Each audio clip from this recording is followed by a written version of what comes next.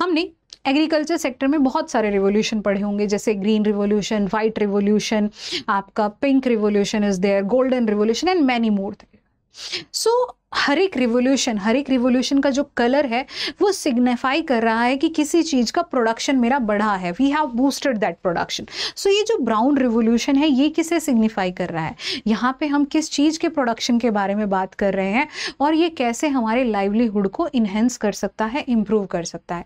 तो आज की इस वीडियो में हम जानेंगे कि ये ब्राउन रिवोल्यूशन है क्या और इसको ये किस चीज के प्रोडक्शन की बात कर रहा है और इससे हम लाइवलीहुड को कैसे इम्प्रूव कर सकते हैं। So let's see with this our video. So brown revolution 2.0, ये जो ब्राउन रिवोल्यूशन है एक्चुअली ये बात करता है to restore the soil health which is lost, और कहूँ तो कि जो हमारी सॉइल फर्टिलिटी है जो पूरी तरीके से ख़त्म हो चुकी है उसको कैसे रिस्टोर करना है। And along with the restoration of your soil health we have to ensure long term food productivity and uplift the rural livelihood. मुझे फूड प्रोडक्शन की तरफ भी ध्यान देना है ताकि मैं सालों साल तक एक अच्छा फूड प्रोडक्शन ले सकूं, प्रोडक्शन को इंक्रीज कर सकूं और रूरल लाइवलीहुड को अपलिफ्ट कर सकूं with the use of latest technology by using traditional knowledge. कि ट्रेडिशनल नॉलेज का मुझे लेटेस्ट टेक्नोलॉजी के साथ मिक्सअप करके मेरी सॉइल हेल्थ को एनहेंस करना है। We have to ensure a monitoring system, एक मॉनिटरिंग सिस्टम हो अच्छा खासा, क्रेडिट मैकेनिज्म हो, ट्रेसेबिलिटी हो और इकोनॉमिक वायबिलिटी भी हो। ऐसा नहीं कि वो सिस्टम कंप्लीटली इकोनॉमिक वायबल ही ना हो, कि मेरे फार्मर्स को कुछ रिटर्न में ही ना मिले। That system should be completely economical viable, कि हाँ मेरे फार्मर्स को भी कुछ मिले। ठीक है। सो ये जो ब्राउन रिवोल्यूशन है, अब ये तो हमने ब्राउन रिवोल्यूशन 2.0 देखा, बट एक्चुअली ये ब्राउन रिवोल्यूशन शुरू कहाँ से हुआ, ये है क्या। ब्राउन रिवोल्यूशन जो है ये सबसे पहले आपका साउदर्न इंडिया में शुरू किया गया था। यहाँ पर एक्चुअली जो ओरिजिनल ब्राउन रिवोल्यूशन है वो कहता था कि मुझे आपका कॉफ़ी का, पल्स का, कोकोआ और आपके जो सॉइल हेल्थ है, actually coffee, cocoa, oil seed, pulses और सॉइल हेल्थ, इनका प्रोडक्शन इंक्रीज करना है by managing your soil health. कि मुझे सॉइल हेल्थ को डिग्रेड नहीं करना है by increasing the production of these. और जैसा कि आप सभी को पता होगा ऑर्गेनिक मैटर जो है मेरी सॉइल के लिए बहुत एसेंशियल है to ensure it's fertility.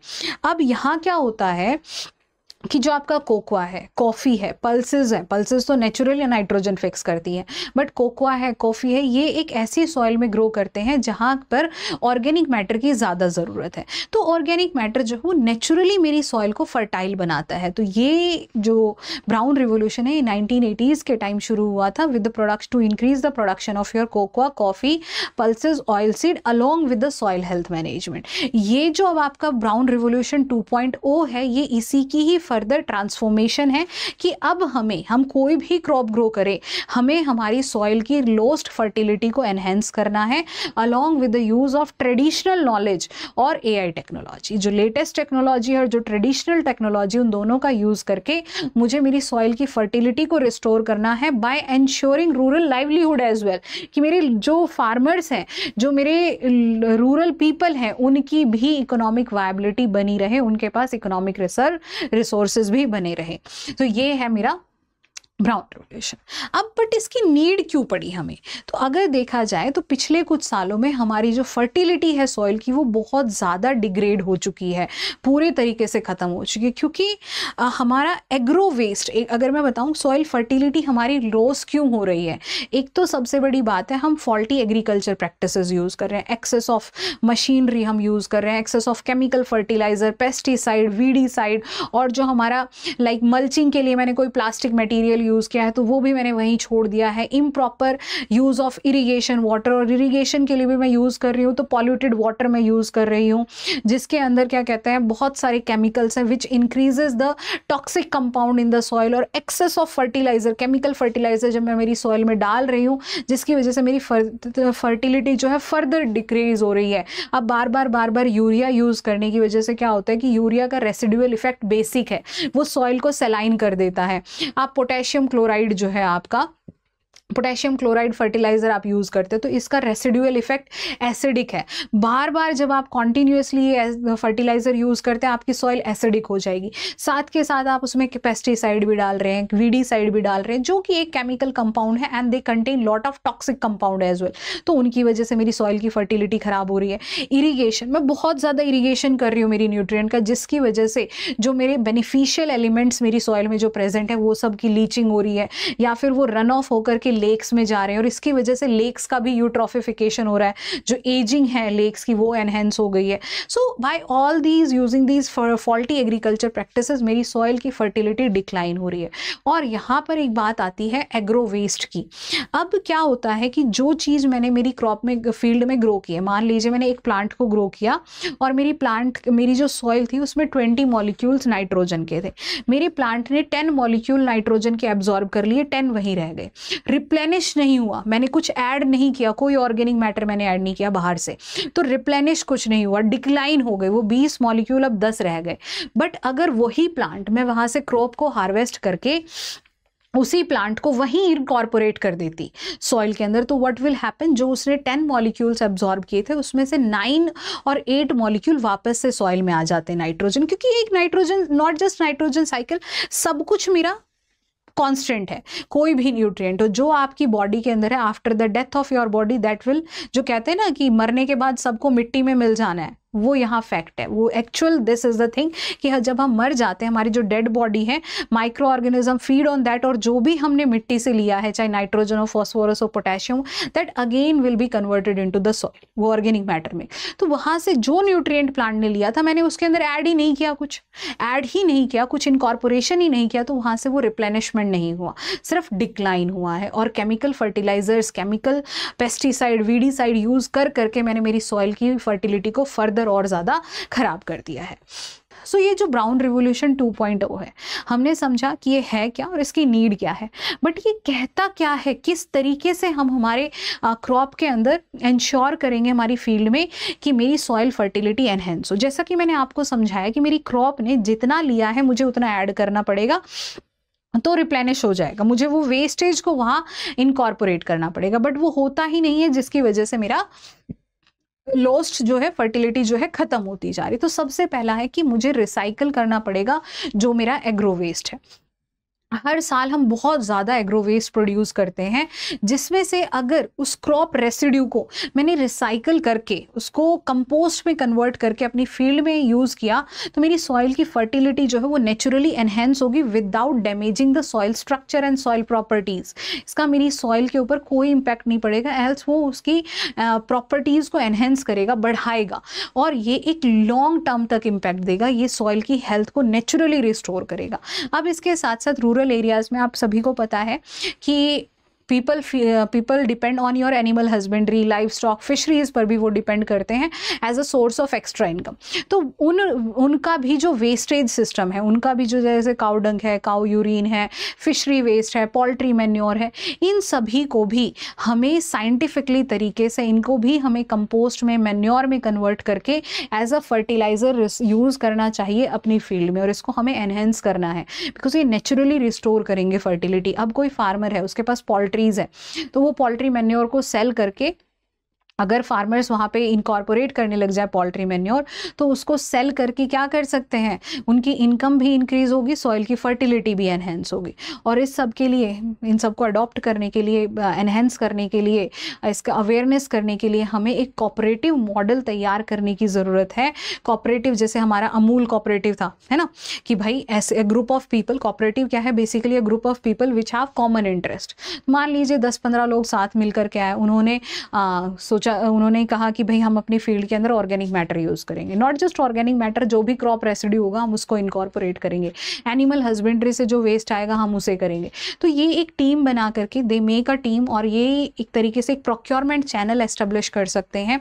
Chemicals तो यूज़ कर सकते हैं, this is not the system कि ये कह रहा है कि आप केमिकल यूज़ मत कीजिए, ये कह रहा है कि जो लॉस्ट फर्टिलिटी है हमें वो इंश्योर करनी है, उसको बढ़ाना है। तो हम ऐसे छोटे छोटे लोकल क्लस्टर्स बना करके by the help of the cooperatives हम इसको नेशनल लेवल तक लेकर के जा सकते हैं। और धीरे धीरे जब ये मॉडल मेरा बढ़ेगा तो मेरे फार्मर्स को अवेयरनेस होगी, and they will also in other areas as well, they will also try to adopt this green revolution, brown revolution. और जो हमारा इसके साथ साथ हमें क्या करना चाहिए, मैंने आपको बताया था कि जो भी क्रॉप का रेसिड्यू है, जो मेरी फील्ड में जो भी रेसिड्यू बचा है, मुझे मेरी फील्ड को पूरी तरीके से क्लीन नहीं करना है। I have to incorporate that in my field, जो उसे मेरी फील्ड के अंदर ही इनकॉर्पोरेट कर देना चाहिए, ताकि वो जो प्लांट ने सॉइल से जो अपटेक किया है वो वापस से सॉइल के अंदर मिल जाए। अब इसके जो की पिलर्स है वो क्या हो सकते हैं? First of all, soil health management पे मुझे ध्यान देना चाहिए। जैसे कि हमारे गवर्नमेंट है, उन्होंने सॉइल हेल्थ कार्ड कि मुझे रेगुलर टेस्टिंग्स करानी चाहिए मेरे सॉइल की, ताकि मुझे पता लग सके कि कौन सी न्यूट्रिएंट मेरी सॉइल में डेफिसिट है, कौन सा एक्सेस में है, सो दैट कि मैं उसी के अकॉर्डिंग मेरी फील्ड के अंदर जो है आपका न्यूट्रिएंट इनकॉर्पोरेट कर सकूँ। पल्स रिवोल्यूशन, मुझे पल्स प्रोडक्शन पे ध्यान देना चाहिए, because and you all know कि हम पल्स प्रोडक्शन में पहले ही काफ़ी ज़्यादा इंपोर्ट कर रहे हैं, we are not on the self sufficient side, है ना। तो इसके लिए मुझे क्या करना है, पल्स प्रोडक्शन भी बढ़ेगा इससे मेरा, अगर मैं अवेयरनेस करूँ। और पल्स जो है नेचुरली सॉइल की फर्टिलिटी को एनहेंस कर सकते हैं, they have the power of nitrogen fixation, वो हो गया। ऑयल की self sufficiency, oil palm tree हो गया, आपका ऑयल सीड्स हो गया, इनके प्रोडक्शन को मुझे बढ़ाना है। मुझे क्लाइमेट रिजिलियंट क्रॉप पर ध्यान देना है। अब जैसे मोनोक्रॉपिंग जब हम करते हैं, बार बार हम मोनोक्रॉपिंग यूज़ कर रहे हैं, लाइक व्हीट राइस, तो जो सीरियल है या मोनोक्रॉप में करते हैं, तो जो प्लांट है वो एक सिमिलर टाइप का ही न्यूट्रिएंट हर बार एब्जॉर्ब करेगा। तो धीरे धीरे जैसे व्हीट और राइस है, इनकी न्यूट्रिएंट डिमांड बहुत ज़्यादा होती है, नाइट्रोजन की डिमांड बहुत ज़्यादा होती है। तो over a period of time क्या होता है कि ये बार बार आपका जब नाइट्रोजन बहुत ज़्यादा एक्सेस क्वांटिटी में जब एब्जॉर्ब करते हैं, तो धीरे धीरे डिप्लीशन हो जाती है न्यूट्रिएंट्स की, और वो सॉइल स्ट्रक्चर को पूरी तरीके से डैमेज कर देते हैं। तो मुझे मोनोक्रॉपिंग को छोड़ करके मुझे डाइवर्सिफिकेशन की तरफ जाना चाहिए। मुझे ऐसी क्रॉप्स को, इस मोनोक्रॉपिंग सिस्टम को ब्रेक करने के लिए मुझे ऐसी क्रॉप को इनकॉर्पोरेट करना है मेरी फील्ड में, जिन क्रॉप्स के थ्रू मैं नाइट्रोजन या न्यूट्रिएंट को एनहेंस कर सकूँ, लाइक योर पल्सेस को मुझे लाना चाहिए। मुझे ऑर्गेनिक मैटर यूज़ करना चाहिए कि मैंने एक राइस क्रॉप लगा दी, एक सीरियल लगा दी, उसके बाद मैं पल्स क्रॉप ग्रो करूँगी, तो वो फर्टिलिटी जो है नेचुरली एनहेंस हो जाती है। और जितना भी प्लांटिंग मटीरियल है, I have to incorporate in my soil along by using this, along with that मुझे टेक्नोलॉजी का यूज़ करना चाहिए, लाइक AIS, GIS, ड्रोन्स जो है फोटो इमेजेस से ही डिटेक्ट कर सके कि इस सॉइल के अंदर क्या प्रॉब्लम हो सकती है, इसका टेक्सचर खराब है, स्ट्रक्चर खराब है, या किस चीज़ की एक्सेस क्वांटिटी मैंने यूज़ की, मुझे ड्रोन्स का यूज़ करना चाहिए। So by checking my field, so in technology और डाइवर्सिफिकेशन और इन की पिलर्स को ध्यान में रखते हुए हम इस ब्राउन रिवोल्यूशन की तरफ मूव कर सकते हैं, और हमारी सॉइल की फर्टिलिटी को हम एनहेंस कर सकते हैं।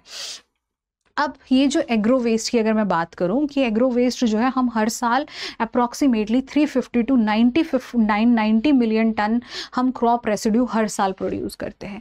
इसमें से सिर्फ 20% ही मेरा रिसाइकल होकर के वापस फील्ड में जा पाता है, रेस्ट कंप्लीटली वेस्टेज हो जाता है। और स्टबल बर्निंग जो है, लाइक योर सीरियल्स के अंदर तो आपका अराउंड 50% जो है स्टबल बर्निंग में जाता है, स्पेसिफिकली पंजाब हरियाणा रीजन में।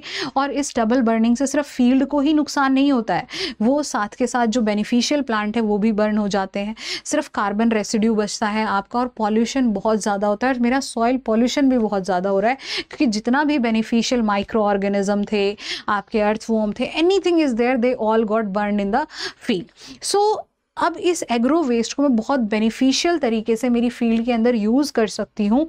कैसे कि जो वेस्टेज है मेरा, आई हैव टू कन्वर्ट, मुझे एक मतलब कंपोस्ट हाउसेस बना लेने चाहिए, जहाँ पर वो सारा का सारा वेस्ट रेसिड्यू डाल करके I will make it the compost, मैं उसको कंपोस्ट में कन्वर्ट करूँ, and then I will add in the field, उसे फील्ड में ऐड कर दिया जाए। इसकी वजह से क्या होगा कि मेरी जो क्रॉप की फर्टिलिटी है वो भी एनहेंस हो जाएगी, और जो मेरा एग्रो वेस्ट है, जो खराब हुआ है, जो वेस्टेज है, वो भी कन्वर्ट हो जाएगा इन बेटर प्रोडक्ट। और यूट्रॉफिफिकेशन की जो प्रॉब्लम है वाटर बॉडीज़ की, वो भी सॉल्व हो जाएगी, और वेस्टेज भी मेरा कम होगा।